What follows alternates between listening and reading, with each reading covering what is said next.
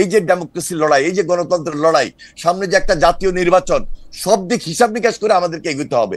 আমরা শুধু এখানে আমরা কিছু পেলাম কিছু পেলাম না, এর মধ্যে আমরা সীমাবদ্ধ থাকতে চাই না। আপনি চমৎকার বলছেন, আপনি চমৎকার বলছেন, খালি আপনার কি একটু ব্যাক গিয়ার দিয়ে খালি ওই জায়গাটার মধ্যে একটু নিয়ে যাই, গুপ্তভাবে সংগঠন করা।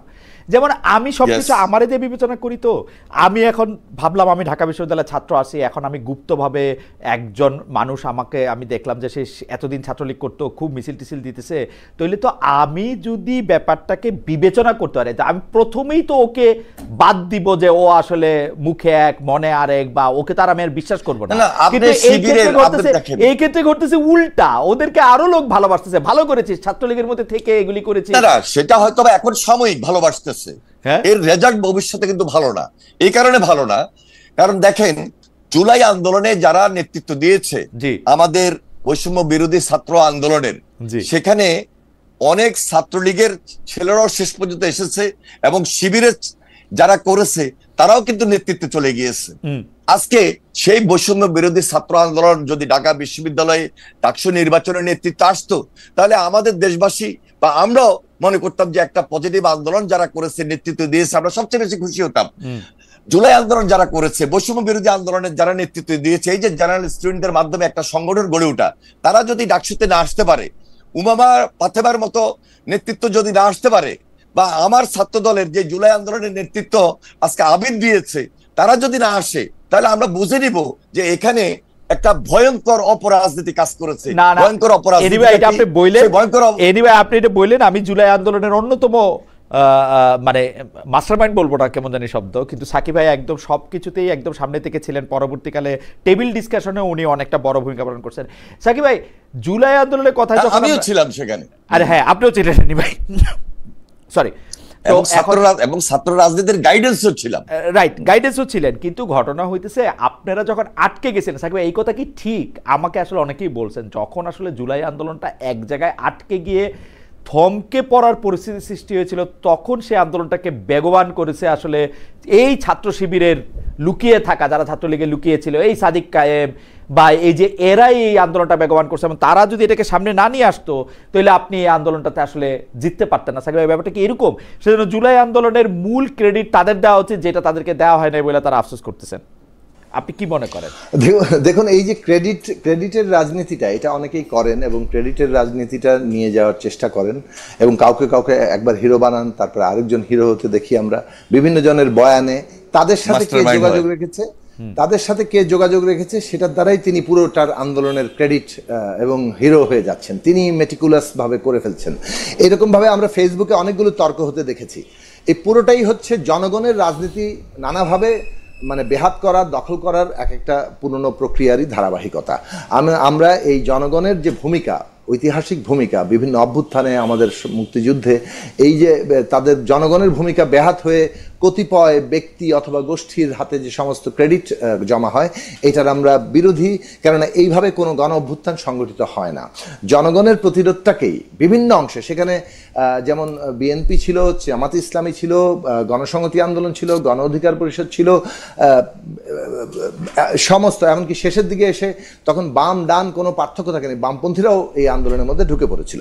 আমি যে জায়গায় আসতে চাই, আমরা বাংলাদেশে একটা ভয়ঙ্কর জিনিস দেখেছি। শেখ হাসিনার এক ধরনের, একটা তো হচ্ছে তার রাজনীতি নিজের ভেতর থেকেই একটা তার ফ্যাসিবাদী প্রবণতা আছে, আরেকটা হচ্ছে তার ব্যক্তিগত অভিজ্ঞতার ফলে এক ধরনের জনগণের প্রতি বিদ্বেষ আছে বাংলাদেশের মানুষের প্রতি, এবং সেইটা আমরা নানাভাবে দেখেছি। এখন এই বাংলাদেশে এইটা অনেকটা আছে যে শেখ হাসিনা, আমি জানি না আওয়ামী লীগের সর্বস্তরের মানুষ তাদের সমর্থক কর্মীরা একইভাবে ভাবে কিনা, কিন্তু শেখ হাসিনার ভাবনা চিন্তা কিংবা তার সাইকো অ্যানালিসিস যদি আমরা কিছুটা করতে পারি, এই জায়গাটা প্রবণতার সমূহ সম্ভাবনা আছে।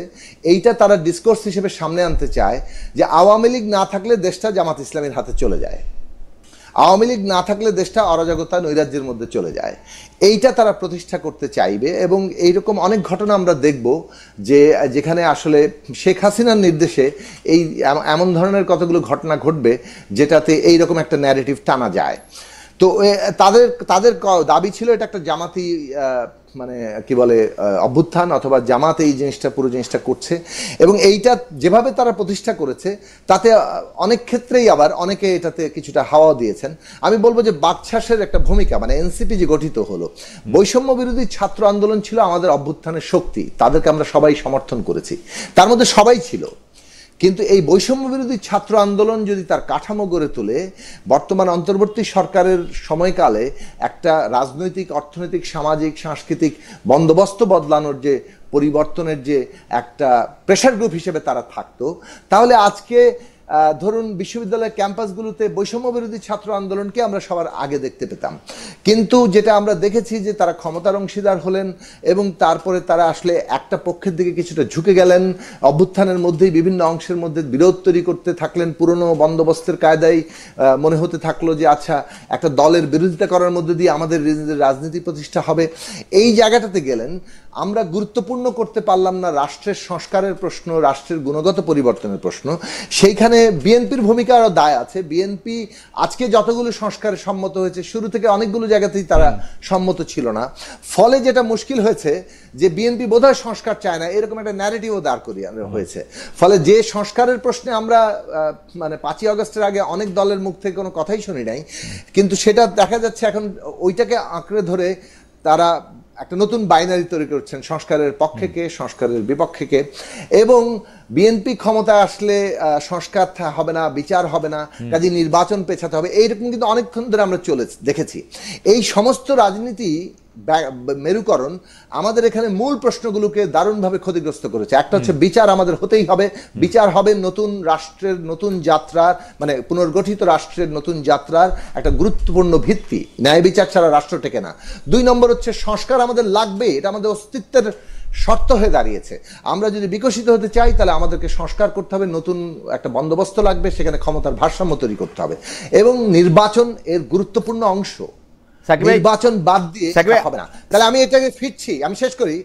এই জায়গাটাতে একটা গুরুত্বপূর্ণ মানে মেরুকরণ ঘটেছে, এবং আমার মনে হয় সংশ্লিষ্ট সকল রাজনৈতিক পক্ষেরই এই বিষয়গুলো থেকে যে ইনফারেন্স কিংবা যে সিদ্ধান্ত টানা দরকার সেটা তারা টানবেন। আরেকটা গুরুত্বপূর্ণ প্রশ্ন, দুর্নীতি, লুটপাট। আমি একটু আসি আপনার কাছে। এইটা আপনার কাছে আপনি আসার আগে 30টা সেকেন্ড আমাকে শেষ করতে। আচ্ছা 30 সেকেন্ডই বলেন। দুর্নীতি, লুটপাট, এই দুর্নীতি লুটপাটের বন্দোবস্ত যেটা হয়েছে সেটা কি অব্যাহত থাকবে কি থাকবে না, এইটাও একটা খুব গুরুত্বপূর্ণ প্রশ্ন হয়ে দাঁড়িয়েছে। এবং এই ক্ষেত্রে যারা যেভাবে নিজেদেরকে হাজির করতে পারছেন, মানুষের কাছে এই ইস্যুগুলো অনেক গুরুত্বপূর্ণ হয়ে গেছে। রাদার আপনি ওই যে পুরনো বন্দোবস্তে পুরনো বাইনারিগুলো দিয়ে ভাগ করেই আপনি ভাবছেন যে না সবকিছু আগের মতো জায়গায় চলে যাবে। আমরা যদি গুণগত কোনো পরিবর্তন দেখি অভ্যুত্থানের পরে, সেটা হচ্ছে যে পুরনো রাজনৈতিক যে বাইনারি কিংবা দ্বন্দ্বগুলো, সেগুলোর বাইরে নতুন গুরুত্বপূর্ণ দ্বন্দ্বের জায়গা তৈরি হয়েছে।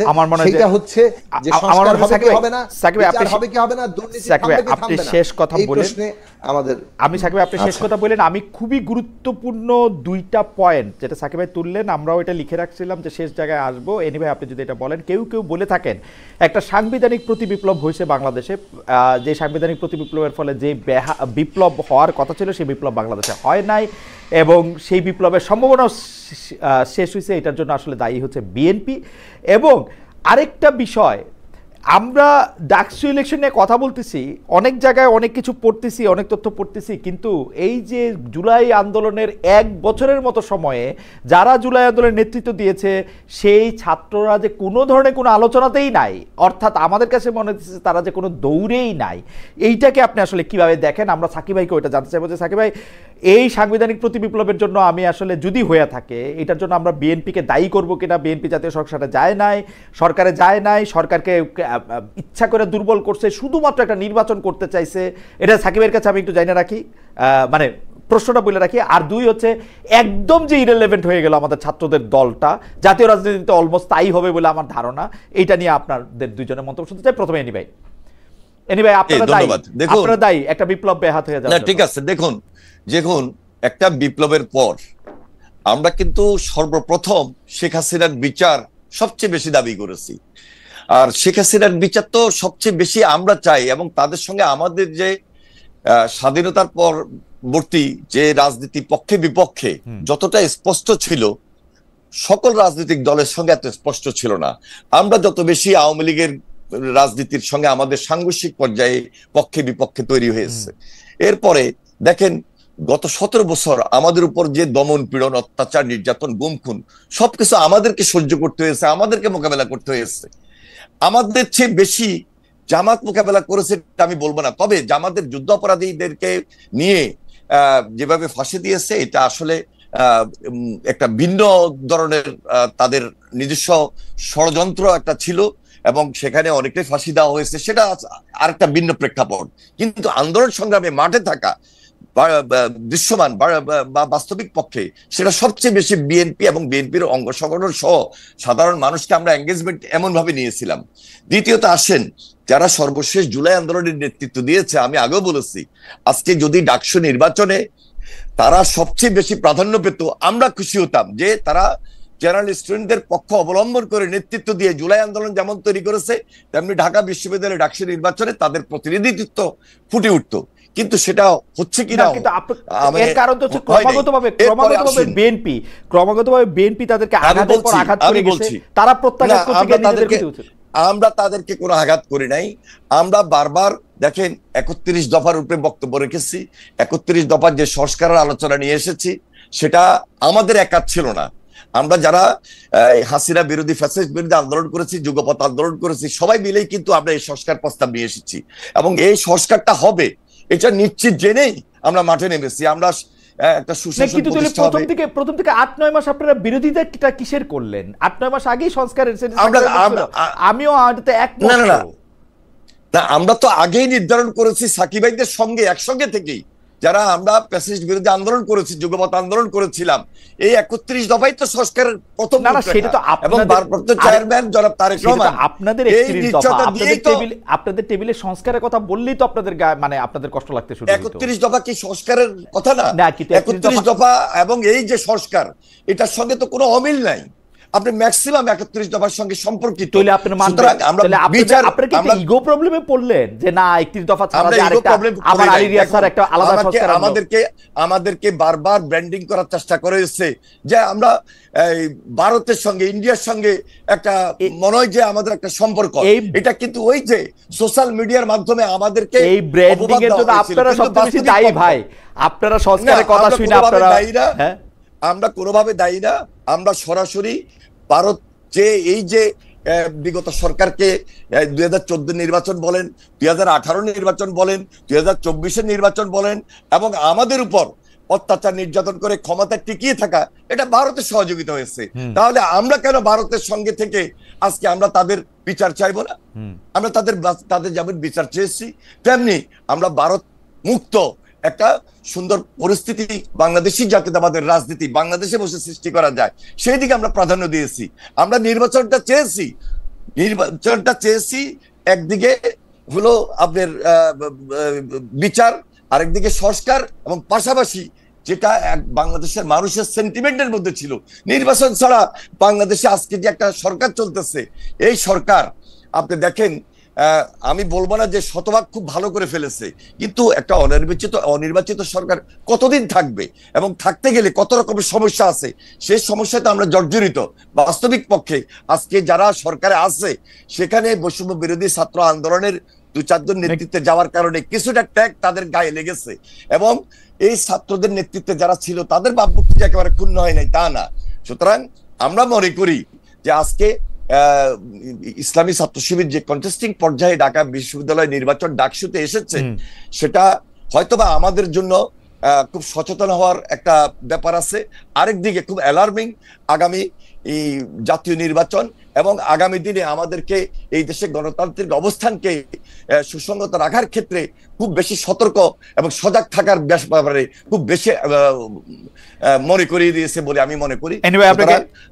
এনিওয়ে আপনাকে অনেক ধন্যবাদ। আমার মনে হয় যে আপনি একটু সাকিবের কাছে আসি। সাকিব ভাই, মানে গুছায়া দুইটা বিষয়, আপনি সাংবিধানিক প্রতিবিপ্লব যদি হয়ে থাকে সেটার জন্য আপনি বিএনপিকে দায়ী করেন কিনা, এবং এনসিপি বলেন, বাকছাস বলেন, তারা আসলে ইরেলেভেন্ট হয়ে গেল কিনা বাংলাদেশের রাজনীতি থেকে, যেটা খুবই দুঃখজনক। মানে আমি মনে করি যে তাদের নেতৃত্ব, নতুন বন্দোবস্ত সবকিছুই আসলে সামনে আসা দরকার ছিল, তারা আসলে ইরেলেভেন্ট হইল কিনা, হইলে কেন?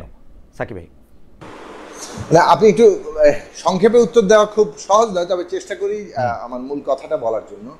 প্রথমত এই যে গণ অভ্যুত্থান আমরা 24-এ করেছি, এইটা একটা কালেকটিভ কিংবা সমষ্টিগত অভ্যুত্থান, মানে জনগণের অভ্যুত্থান। তার মধ্যে যে মানে এই আন্দোলনে যারা আন্দোলনকারী শক্তিসমূহ ছিল তাদের সকলেরই মানে যাকে বলে যে যার যার শক্তি অনুযায়ী সেখানে অংশগ্রহণটা ছিল। এখানে কোনো একটা শক্তি একক ডিটারমিনিং ফোর্স হয়ে উঠতে পারেনি। সাধারণত বিপ্লবী অভ্যুত্থানগুলোতে দেখা যায় যে যেটাকে আমরা বড় বড় বিপ্লবের জায়গায় একটা নেতৃত্বকারী শক্তি তৈরি হয়, যারা মোটামুটি পরবর্তী কোর্স অফ অ্যাকশনটাকে মানে যাকে বলে নির্ণয় করতে পারে কিংবা নির্ধারক শক্তি হিসেবে সেখানে হাজির হতে পারে। তো এখন যদি কোনো নির্ধারক শক্তি না থাকে তখন অভ্যুত্থানের মধ্যে মানে অংশগ্রহণকারী শক্তিসমূহের মধ্যে কনসেনসাস অনুযায়ী আমাদের পরবর্তী রাষ্ট্র ব্যবস্থা তার পরিবর্তন সবগুলোকে নেওয়া দরকার। পদ্ধতিগতভাবে যদি এই কনসেনসাসকে বদলে ক্ষমতার ভারসাম্য যেখানে এমনভাবে যেখানে কনসেনসাস ছাড়া উপায় নাই কিন্তু আমরা বিপ্লব করতে যাচ্ছি, তখন অনেক ক্ষেত্রেই এমন মিসকারেজ হতে পারে, এমন ধরনের রাজনৈতিক ঘটনা ঘটতে পারে যেটা আমরা অনেকগুলো জায়গায় দেখেছি, অনেকগুলো দেশের ক্ষেত্রে দেখেছি যে নানা ধরনের অ্যানার্কি ফলে নানাভাবে সেটা বিপর্যয়ের মধ্যে আবার পড়েছে অভ্যুত্থানগুলো। তো সেই ক্ষেত্রে আমরা এই কারণে বারবার বলেছি যে ডিটারমিনিং ফোর্স, এখন বিএনপি ধরুন একটা সাংবিধানিক রাজনৈতিক কাঠামোর দল, তো বিএনপির কাছ থেকে বিপ্লব আশা করলে সেটা তো একটা ধরেন ইয়ের জায়গা। এখন কেউ আমরা বিপ্লব চাইছি কিন্তু আমরা বিপ্লবের শক্তির যে ডিটারমিনিং জায়গা সেটা এখনো তৈরি করতে পারিনি। আমরা এখন বিএনপিকে যা বলবো সেটাই বিএনপিকে শুনতে হবে, এই জায়গাটা তো নাও হতে পারে, এবং না হলে তখন একটা কোশ্চেন আছে, যখন 5 তারিখের পর এরকম একটা সময় তৈরি হলো যে বাংলাদেশকে এখন নতুন জায়গা থেকে নেতৃত্ব দেওয়া দরকার আছে, সেই সময়ের মধ্যে আপনি বা বিএনপি, ধরেন আপনি আমার নাম ধরে বললে আমার সুবিধা লাগে, সেজন্য সাকিব ভাই আর এনি ভাই যে জাতীয় সরকারে জয়েন করলো না, এটার কারণটা কি আসলে? আচ্ছা আসেন, প্রথমত 5 তারিখ রাতের বেলা সেনাভবনে, এবং এটা লম্বা আলোচনা বাট আমি সংক্ষেপে বলি, সেনাভবন বঙ্গভবন দুই জায়গায় একটা সিদ্ধান্ত হয়েছে যে বৈষম্য বিরোধী ছাত্র আন্দোলনের নেতৃবৃন্দের সাথে আলোচনা করেই পরবর্তী করণীয় ঠিক করতে হবে। একমাত্র আমরা এখন একটা কথাই বলতে পারি, সেটা হচ্ছে যে তাদের দাবি ছিল সকলের কাছে গ্রহণযোগ্য একটি অন্তর্বর্তী সরকার গঠন করা হবে। যেহেতু তখন কোনো সরকার নাই, অতএব এই একটি কথাই বলা যাবে যে সকলের অচিরেই সকলের গ্রহণযোগ্য একটি অন্তর্বর্তী সরকার গঠন করা হবে। বাকিগুলো সবই হচ্ছে মুক্তি দেওয়া, তারপরে জনগণের জানমালের নিরাপত্তা ইত্যাদি ইত্যাদি। তো এখন এইটা ওই দিন রাতের বেলায় যোগাযোগ করার দায়িত্ব দেওয়া হয়েছিল ওই আলোচনা টেবিল থেকে প্রফেসর আসিফ নজরুল এবং আমাকে। কিন্তু প্রফেসর আসিফ নজরুল যখন মানে ছাত্রদের সাথে যোগাযোগ করেছেন, তার পরবর্তীকাল থেকে কি ঘটেছে সেই বিষয়গুলো যে আমাদের সকলের সাথে আবার আলাপ করার কথা, সেই ফিডব্যাকটা আমরা যথার্থভাবে পাইনি, এই সত্যটা আমাকে বলতে হচ্ছে। তাহলে এখন ধরুন গণতান্ত্রিক জায়গাটাতে এটা ছিল যে আন্দোলনকারী সবগুলো শক্তির সাথেই আসলে বসতে হবে, বসে আমাদের পরবর্তী করণীয় জায়গা ঠিক করতে হবে, অন্তত প্রতিনিধিত্বমূলকভাবে সবগুলোর সাথে বসতে হবে। সো আমরা কি করব এখানে, কি এই সংবিধানের অধীনে শপথ হবে নাকি রাষ্ট্রপতির অধীনে শপথ হবে না অন্য কিছু হবে, সেই আলোচনা করার কোনো সুযোগই তো আমরা পাইনি। সাকিব ভাই, বিএনপি এই বাস্তব সত্যটাকে বলতে হচ্ছে, আমি বিএনপি পেয়েছি কিনা এটা বিএনপি জানে। আমি শেষ করি। না আপনার মাধ্যমে আমরা গল্পটা শুনছি আপনার মাধ্যমে, যে মানে আপনার মাধ্যমেই বলা হয়েছিল যে বিএনপিকে জাতীয় সরকারে নেওয়ার জন্য, বা আপনিও যেন যে সেই জাতীয় সরকারে থাকেন, আমরা গল্পটা শুনছি হচ্ছে এরকম। আপনি বলছেন আপনি থাকবেন না, বিএনপি বলছে বিএনপি থাকবে না, এবং এই কারণে একটা দুর্বল অন্তর্বর্তীকালীন সরকার হয়েছে জাতীয় সরকার না হয়ে। একেবারেই কথাটা বিএনপির কাছে কি প্রস্তাব গিয়েছিল এটা বিএনপি নেতৃবৃন্দ ভালো জবাব দিতে পারবেন। আমার কাছে কোনো প্রস্তাবই আসে নাই। আচ্ছা আচ্ছা আচ্ছা আচ্ছা, কিন্তু আমি শেষ করি, তারপরে আমি বলি এনসিপির কথা। দেখুন, আবারও আমি বলবো